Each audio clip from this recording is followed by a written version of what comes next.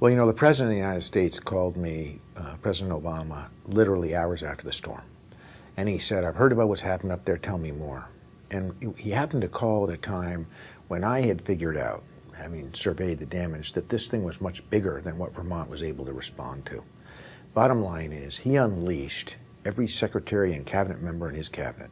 He said, "We'll do whatever it takes, Governor, to help you in your time of need." To me, I think a whole community recovery means that we have a community that's more resilient to storms, but also is better organized to deal with storms in the future. Well, the long-term recovery conversations and community efforts really an example where FEMA has the experience to come in and say to a state like Vermont, "Hey, this has worked in the past, and we think it could be applied to Vermont by your community-based local government volunteers that want to keep the rebuilding happening."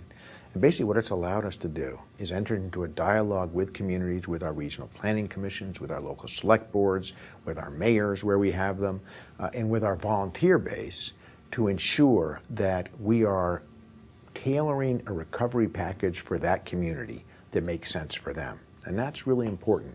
And I think the partnership with FEMA and with the federal government has allowed us to use the resources that we so badly needed from the federal government, dollars that Vermont just doesn't have, and spend them in a way that will enable us to be smarter about building infrastructure that doesn't just get wiped out every time we get a major storm.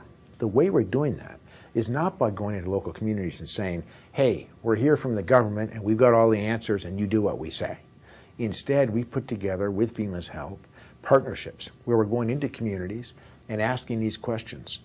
How do we continue the spirit of cooperation between federal government, state government, local community government, and volunteers that will allow communities to have the resources that they need to rebuild smarter, better, and more prepared for the future? All recovery is local.